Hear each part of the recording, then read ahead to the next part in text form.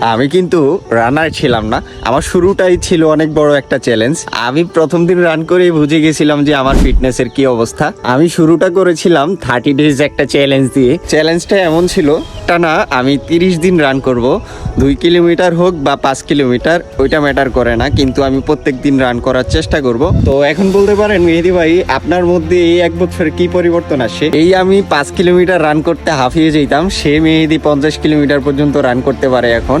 সবচেয়ে বড় কথা হচ্ছে আমি এখন রেসে গেলে একদম স্ট্রংলি ফিনিশ করতে পারি, এটাই হচ্ছে বড় কথা। তো আমিও বলতে চাই আজকে থেকে আপনিও শুরু করুন, আপনিও পারবেন।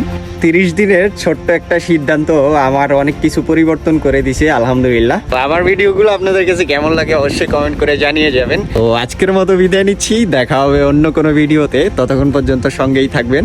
আর আগামীকালকে কি নিয়ে ভিডিও দিব তা কমেন্ট করে জানিয়ে যাবেন। তো টাটা।